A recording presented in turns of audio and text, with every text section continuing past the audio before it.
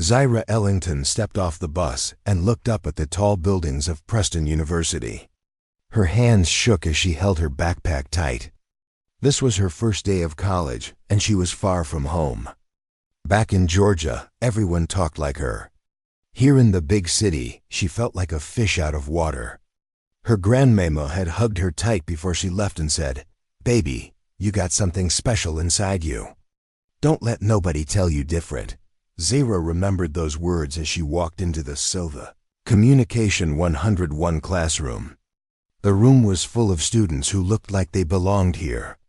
Their clothes were fancy, and they talked in ways that sounded smart and important. Professor Martinez smiled at the class and said, "Let's go around the room and introduce ourselves. Tell us your name and where you're from." Zyra's heart started beating fast. She counted the students until it would be her turn. A boy named Chad spoke first. His voice was clear and strong. "I'm Chad Morrison from Connecticut. My father owns 3 companies." Then came a girl named Ashley. "I'm Ashley Chun from California. I went to private school." One by one, students shared their stories. They all sounded so confident and sure of themselves. Then it was Zyra's turn. She stood up slowly and felt every eye in the room looking at her. "Hi, y'all. My name is Zyra Ellington, and I'm from a little town called Millerville in Georgia. I'm mighty excited to be here." The moment she said "y'all" and "mighty," she heard it. Soft giggles from the back of the room. Someone whispered, "Did she just say y'all?" Another voice said, "Mighty excited? What is this, 1800? Zyra felt her face get hot. She sat down fast and wanted to hide under her desk. The professor gave the class a sharp look and continued with introductions, but Zyra barely heard anything else. All she could think about was how different she sounded from everyone else. After class, Zyra hurried to pack her books, but she heard 2 girls talking behind her. "Oh my God, did you hear that accent? She sounds like she just got off a farm." The other girl laughed and said, "I know, right? How did she even get into Preston? They must be lowering their standards." Zyra pretended not to hear, but their words felt like knives in her heart. She had worked so hard to get here. She had the highest grades in her high school. She had written essays and taken tests and dreamed about this moment for years. But now she wondered if she had made a terrible mistake. The next few weeks were the hardest of Zyra's life. Every time she spoke in class, she saw students look at each other and smirk. During group projects, people would pick their partners quickly, leaving her alone until the teacher had to assign her to a group. Even then, her group members would talk around her like she wasn't there. "Maybe we should let someone else present our project," Chad had said during their first group meeting. "Someone who sounds more professional." Zyra wanted to tell him that she had great ideas and could speak just fine, but the words got stuck in her throat. Instead, she just nodded and stayed quiet. At lunch, Zyra sat alone most days. She would watch other students laughing and talking at their tables while she ate her sandwich in silence. She called her grandmama every night, but she didn't tell her about the laughing or the loneliness. "How's school, baby?" her grandmama would ask. "It's fine, grandmama. I'm learning a lot," Zyra would say, even though that wasn't the whole truth. She was learning something, but it wasn't what she expected. She was learning that being different could be painful. She was learning that some people judged you before they even knew you. She was learning that maybe her voice didn't belong in this place. One particularly bad day, Zyra was walking to her dorm when she heard familiar voices behind her. It was Ashley and her friends. "There goes the farm girl," Ashley said in a fake Southern accent. "Y'all come back now, you hear?" They all burst into laughter. Zyra walked faster, her eyes filling with tears. When she got to her room, she looked at herself in the mirror. Maybe she could change. Maybe she could learn to talk like them. She spent the next hour watching videos online, trying to copy the way news reporters spoke. But when she tried to say her name without her accent, it didn't sound like her anymore. It sounded like a stranger. That night, Zyra called her grandmama and finally told her everything. She cried as she talked about the laughing and the loneliness and how she didn't know if she belonged at college. Her grandmama listened without saying a word until Zyra was done. Then she spoke in her warm, gentle voice. "Baby, let me tell you something. Your great-great-grandmama was born a slave. She couldn't read or write, but she had the strongest voice in the county. When she spoke, people listened. Your great-grandmama worked in cotton fields, but became a teacher. Your grandpapa fought in 2 wars and came home to build his own business. Every one of them had something that made them different. Every one of them was told they didn't belong. But they used their voices anyway. You come from a long line of strong people, Zyra. Don't you dare let some silly children make you forget who you are." After that phone call, something changed in Zyra. She stopped trying to hide her accent. She stopped eating lunch alone by choice and started sitting wherever she wanted, even if other students looked at her funny. She raised her hand in class when she had something to say. Some students still laughed, but Zyra began to notice something else. There were students who didn't laugh. There was Marcus, a quiet boy from Detroit, who nodded when she made good points. There was Alina, a girl from Mexico who smiled at her in the hallway. There was David, who had a stutter but always listened carefully when others spoke. Slowly, Zyra realized that the students who mattered most were the ones who saw past her accent to who she really was. 2 months into the semester, Professor Martinez made an announcement that changed everything. Preston University is holding its annual speech contest next month. Students from all majors can compete. The winner gets a $1,000 scholarship and the chance to speak at graduation. I encourage all of you to participate. Zyra felt her stomach flip. Public speaking was scary enough with 20 classmates. The speech contest would have hundreds of people watching. She could already imagine the laughter when they heard her accent. That night, she almost decided not to enter. But then she remembered her grandmama's words about their family's strong voices. She remembered all the nights she had dreamed of coming to college. She remembered why she was here in the first place. The next morning, Zyra walked into Professor Martinez's office. "I want to enter the speech contest," she said, her voice shaking just a little. Professor Martinez smiled big. "That's wonderful, Zyra. What will you speak about?" Zyra had been thinking about this all night. "I want to talk about finding your voice," she said. "About being proud of where you come from, even when others don't understand." Professor Martinez nodded. "That sounds like a speech that needs to be heard. I'll help you practice if you'd like." For the next 3 weeks, Zyra worked on her speech every day. She wrote it, rewrote it, and practiced it in front of her mirror until she knew every word by heart. The day before the contest, Zyra was practicing in an empty classroom when Chad walked in. She expected him to laugh or make a joke, but instead he sat down and listened. When she finished, he was quiet for a long moment. "That was really good," he said finally. "I mean it. I'm sorry about how I acted before. I judged you without knowing you, and that was wrong." Zyra was surprised by his apology. "Thank you," she said. "That means a lot." Chad stood up to leave, then turned back. "Good luck tomorrow. I think you're going to surprise a lot of people." That night, Zyra couldn't sleep. She kept thinking about all the faces that would be looking at her. Part of her was terrified, but another part was excited. Tomorrow she would finally get to show everyone who she really was. The morning of the speech contest, Zyra woke up early and called her grandmama. "Today's the big day, baby," her grandmama said. "Remember what I told you. Your voice carries the soul of your people. Let them hear it." Zyra got dressed in her best outfit, a blue dress that her grandmama had bought her for graduation. She looked at herself in the mirror and saw not just a scared college student, but a young woman who came from a long line of strong people. She was ready. The contest was held in the university's biggest auditorium. When Zyra walked in, her heart nearly stopped. There were hundreds of seats, and they were almost all full. Students, teachers, and even some parents had come to watch. Zyra found her spot backstage with the other contestants. There were 12 of them total, and they all looked confident and prepared. The first speaker was a senior who talked about environmental protection.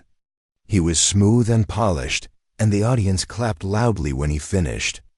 The second speaker was a girl who talked about women in science. She was smart and funny, and people laughed at all the right moments. One by one, the speakers went up. They all sounded like they belonged on that stage. They all sounded like the kind of people who went to Preston University. When they called Zyra's name, she felt like her legs might not work. She walked slowly to the microphone and looked out at the sea of faces. In the third row, she saw Ashley and her friends. In the back, she saw Chad giving her an encouraging nod. Near the middle, she saw Marcus and Elena and David, all smiling at her. Zyra took a deep breath and began to speak. "Hi y'all. My name is Zyra Ellington, and I want to talk to y'all about something that's been on my heart." The moment she said, "y'all," she heard it. The whispers started in the back and rippled forward like water. Some people were trying not to laugh. Others were looking around to see if everyone else heard her accent too. For a moment, Zyra felt the old fear creeping back. She could change her speech right now. She could try to sound like everyone else. But then she thought about her great-great-grandmama, who had found her voice even when she wasn't allowed to read. She thought about her grandpapa, who had spoken up for what was right even when it was dangerous. She thought about her grandmama, who had taught her that being different was a gift, not a curse. Zyra's voice got stronger as she continued. "When I first came to this school, I thought I had to change who I was to fit in. I thought my voice wasn't good enough for this place. I thought that because I talked different, I was different in a bad way. But I was wrong." The whispers in the audience started to quiet down. People were beginning to listen to her words instead of just her accent. "You see, my voice carries stories that go back generations. It carries the strength of people who built something from nothing. It carries the wisdom of folks who knew that being true to yourself is more important than being like everyone else." Zyra looked right at Ashley as she said the next part. "Some of y'all might think that someone who talks like me doesn't belong in a place like this. You might think that an accent means someone is less smart or less capable. But let me tell you something. Intelligence doesn't have an accent. Strength doesn't have an accent. Dreams don't have an accent." The auditorium was completely quiet now. Even the people who had been whispering were listening carefully to every word. Zyra felt her confidence growing with each sentence. "I almost let the fear of being different keep me silent. I almost let other people's opinions make me ashamed of who I am. But then I remembered something my grandmama told me. She said that our voices carry the souls of our people. Every time we speak, we honor everyone who came before us." Zyra's voice started to shake, but not from fear this time. It shook from passion, from truth, from the power of finally saying what needed to be said. "So I'm here to tell you that it's okay to sound different. It's okay to come from somewhere that other people don't understand. It's okay to be proud of where you came from, even if it's not where everyone else came from." Tears were starting to form in Zyra's eyes, but she kept going. "Every single person in this room has something that makes them different. Maybe it's how they look, or where they're from, or how they think. Maybe it's something you can't see from the outside. But that difference, that thing that makes you you, that's not something to hide. That's something to celebrate. That's your superpower." The audience was leaning forward now, hanging on every word. Even Ashley had stopped whispering and was listening intently. "I want to challenge every person in this room to find their voice and use it. Don't let anyone tell you that you don't belong somewhere because you're different. Don't let anyone make you ashamed of who you are. The world needs your voice, exactly as it is." Zyra looked up at the ceiling for a moment, gathering her thoughts for her final words. My great-great-grandmama couldn't read, but she could speak truth. My great-grandmama worked in fields, but she taught children. My grandpapa fought wars, but he built peace. They all had voices that some people didn't want to hear. But they spoke anyway. And because they spoke, I'm here today, speaking to y'all. Her voice was strong and clear now, filled with all the love and strength her family had passed down to her. So the next time someone laughs at how you sound, remember that your voice is carrying something precious. The next time someone says you don't belong, remember that you belong wherever your dreams take you. The next time someone tries to make you feel small, stand up tall and let your voice be heard. Zyra paused and looked around the auditorium one more time. That's what I learned here at Preston University. Not from a textbook or a lecture, but from finding the courage to be myself. My name is Zyra Ellington. I'm from Millerville, Georgia, and I'm proud of every word that comes out of my mouth. She stepped back from the microphone, her heart pounding. For a moment, the auditorium was completely silent. Then, slowly, one person started clapping. It was Marcus from the back of the room. Then Elena joined in. Then David. Then more and more people until the entire auditorium was on their feet, clapping and cheering. Some people had tears in their eyes. Others were nodding their heads like they finally understood something important. Zyra walked off the stage in a daze. The other contestants patted her on the back and told her how amazing her speech was. But the biggest surprise came when Ashley appeared backstage. Her eyes were red from crying. "Zyra," she said quietly, "I owe you an apology. A big one. I've been horrible to you, and I'm sorry. Your speech, it made me realize some things about myself that I don't like very much." Zyra was shocked. This was the same girl who had made fun of her accent for months. "I accept your apology," Zyra said. "We all make mistakes. What matters is what we do next." Ashley nodded and wiped her eyes. "I want to do better. Can you help me learn how?" When the judges announced the winner, Zyra was still thinking about her conversation with Ashley. She almost didn't hear them call her name. The winner of this year's speech contest is Zyra Ellington. The auditorium erupted in cheers again.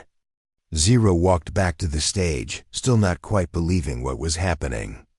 Professor Martinez handed her the trophy and the scholarship check. "That was one of the most powerful speeches I've ever heard," he said. "You should be very proud." Zyra looked out at the audience, where hundreds of people were still clapping for her. In the front row, she saw Chad and Ashley clapping the loudest of all. After the ceremony, dozens of students came up to talk to Zyra. Some thanked her for her speech. Others shared their own stories about feeling different or left out. A girl named Sarah said, "I'm from a small town in Kansas, and I've been trying to hide it since I got here. Thank you for reminding me that I don't have to." A boy named Jose said, "I have a speech impediment, and I've been afraid to speak up in class. You've inspired me to stop being afraid." Over and over, students told her how her words had touched them. Zyra realized that by finding her own voice, she had helped others find theirs too. That night, Zyra called her grandmama to tell her about the speech contest. "I won, Grandmama," she said, her voice full of excitement. "But more than that, I found my voice. The real one. The one you've been telling me about all these years." Her grandmama was quiet for a moment, and Zyra could hear her crying happy tears.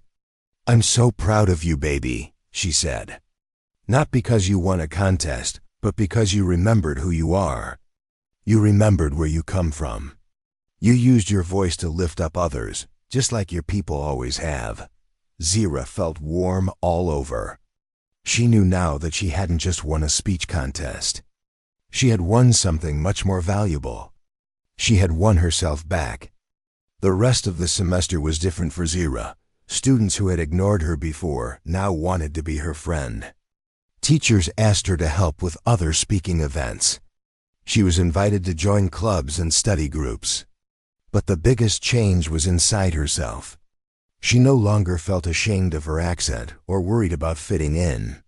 She spoke up in class discussions and shared her ideas confidently. She made friends with people who appreciated her for exactly who she was. And when new students arrived who seemed scared or out of place, Zyra was the first to welcome them and help them feel at home. 3 months later, Zyra got a letter that changed everything again. It was from the dean of the university. "Dear Miss Ellington," it read, "your speech at our recent contest has been shared thousands of times online.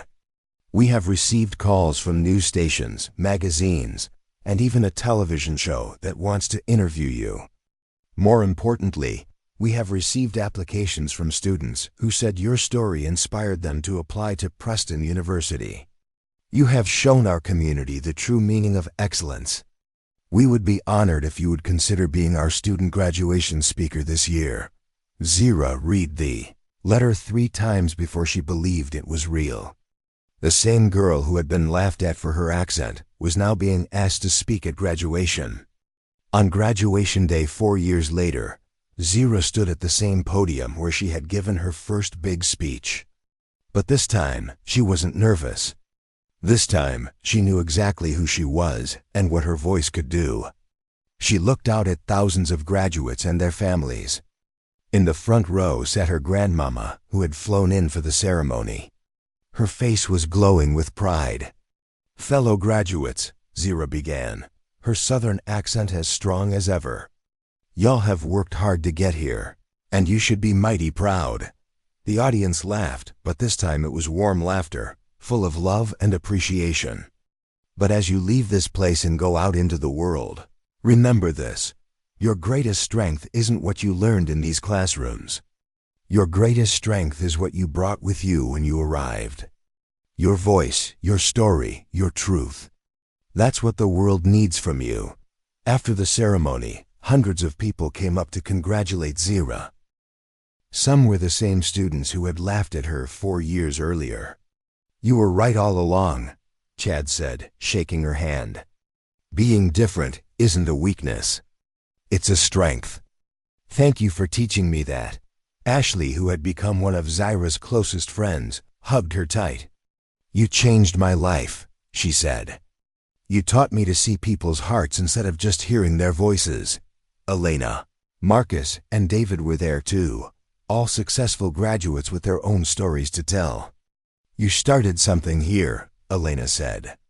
"You made this place better for everyone who came after you." As Zyra walked across campus one last time, she thought about the scared 18-year-old who had arrived 4 years ago. That girl had been so worried about fitting in that she almost lost herself. But through the laughter, the loneliness, and the fear, she had found something more valuable than acceptance. She had found her voice. And in finding her voice, she had learned that being different wasn't something to overcome. It was something to celebrate. It was the thing that made her story worth telling and her voice worth hearing. But Zyra's story at Preston University wasn't over yet. 2 weeks after graduation, she received another letter that would change her path once again. This time it was from the university's Board of Trustees. They wanted to offer her a job as the new Director of Student Inclusion and Diversity. "We need someone who understands what it feels like to be different," the letter explained. "We need someone who can help other students find their voices the way you found yours." Zyra was torn. She had planned to go back home to Georgia and teach at her old high school. But she realized that staying at Preston could help her reach even more students who felt like outsiders. Her first day back on campus as a staff member felt strange. She walked through the same hallways where students had once laughed at her. But now she wore a badge that said, "Dr. Ellington, Director of Inclusion." Her first big challenge came during orientation week when she met a freshman named Miguel Santos. He was from a small village in Mexico and spoke English with a heavy accent. During the welcome meeting, she noticed other students snickering when he introduced himself. "Excuse me," Miguel said nervously, "where is the bathroom?" His pronunciation made some students giggle, and Zyra saw the familiar look of shame cross his face. It was like looking in a mirror from 5 years ago. After the meeting, Zyra approached Miguel. "Hi there. I'm Dr. Ellington, but you can call me Zyra. I wanted to welcome you to Preston." Miguel looked surprised that a staff member was talking to him. "Thank you, Dr. Ellington. I am very happy to be here, but also very scared." His honesty reminded Zyra of herself. "Can I tell you a secret?"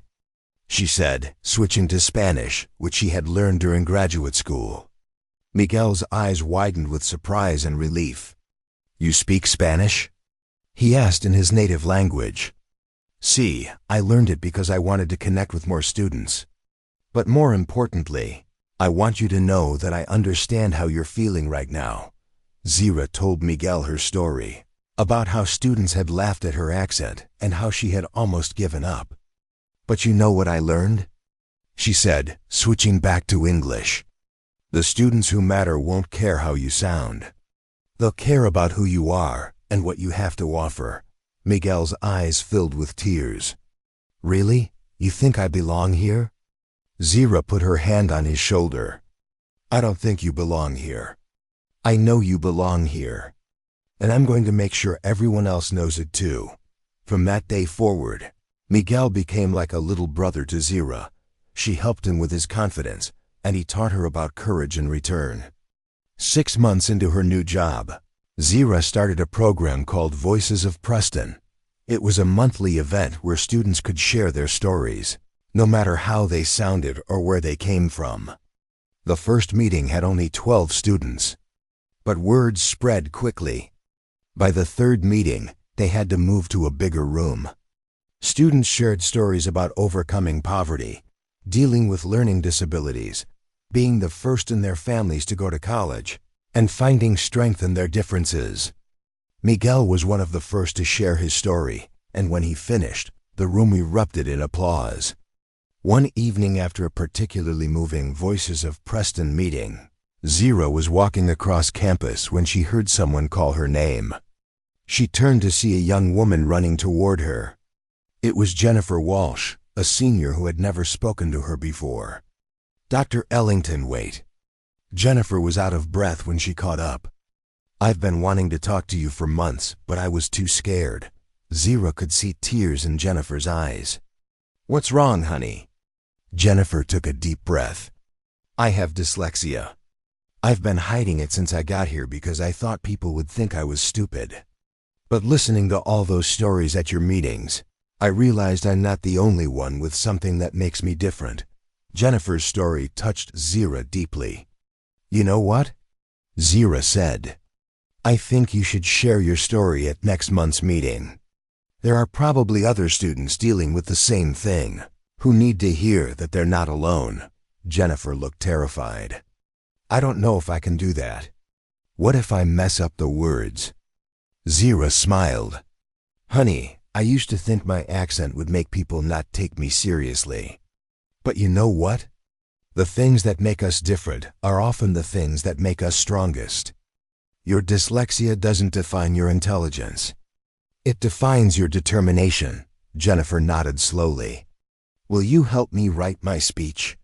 From that night on, Zyra and Jennifer worked together every week, building Jennifer's confidence one word at a time. The night of Jennifer's speech was special for many reasons. The auditorium was packed with students, faculty, and even some community members who had heard about the Voices of Preston program. Jennifer stood at the podium, her hands shaking as she held her notes. "My name is Jennifer Walsh, and I have dyslexia," she began. Her voice was quiet at first, but as she continued telling her story about struggling with reading, feeling stupid in classes, and finally learning that her brain just worked differently, her voice got stronger. "I spent 4 years hiding who I really was," she said. "But Dr. Ellington taught me that our differences aren't weaknesses. They're superpowers waiting to be discovered." When Jennifer finished her speech, something magical happened. A freshman named David stood up in the back row. "I have dyslexia too," he called out. "I've been afraid to tell anyone." Then another student stood up. "I have a DHD, and I've been ashamed of it my whole life." One by one, More students began standing and sharing their own hidden struggles. Students with anxiety, depression, autism, and dozens of other challenges that they had been keeping secret. By the end of the evening, half the auditorium was standing and everyone was crying happy tears. Zyra realized that her little program had become something much bigger. It had become a movement. The success of Voices of Preston caught the attention of universities across the country. Schools began inviting Zyra to speak and help them start their own inclusion programs. But the invitation that surprised her most came from her old elementary school in Millerville, Georgia. They wanted her to come back and speak to the students during their career day. When Zyra walked into her old school, she was amazed by how small everything looked. The hallways that had seemed so big when she was little now felt tiny. But the thing that struck her most was seeing a little girl sitting alone at lunch, just like she used to do. The girl's name was Amara, and she was in 3rd grade. She had just moved to Millerville from Haiti and spoke with a strong accent that made other children giggle. During Zyra's presentation, she noticed Amara sitting in the back, looking sad and lonely. After her speech about following your dreams, Zyra made sure to talk to Amara privately. "I heard you speak during the question time," Zyra said gently. "You have a beautiful voice." Amara looked surprised. "Really?" "The other kids say I talk funny." Zyra knelt down to Amara's eye level. "Can I tell you a secret? When I was your age, kids made fun of how I talk too. But you know what I learned? The most interesting people are the ones who sound different from everyone else." Zyra spent an hour with Amara, sharing stories and helping her see that her accent was something to be proud of, not ashamed of. Before she left, she gave Amara her phone number. "If you ever need someone to remind you how special you are, you call me, okay?" 6 months later, Zyra got a call from Amara's teacher. Amara had entered the school's poetry contest and won 1st place with a poem about being proud of her Haitian heritage. She told everyone that Dr. Zyra taught her that being different is being special, the teacher said. Zyra hung up the phone with tears in her eyes, knowing that her story was now helping to change other stories too. 3 years after starting at Preston University as Director of Inclusion, Zyra received the biggest honor of her career. She was invited to speak at the White House for National Youth Confidence Day, standing in the Rose Garden, looking out at an audience that included the President, members of Congress, and young people from all 50 states. Zyra felt the same nervousness she had felt in that college classroom years ago. But this time, she knew exactly who she was and why she was there. "Hi y'all," she began, and the audience erupted in warm laughter and applause. "My name is Zyra Ellington, and I want to talk to y'all about something that's been on my heart." She told her story once again, but this time she could see its impact on faces from around the world.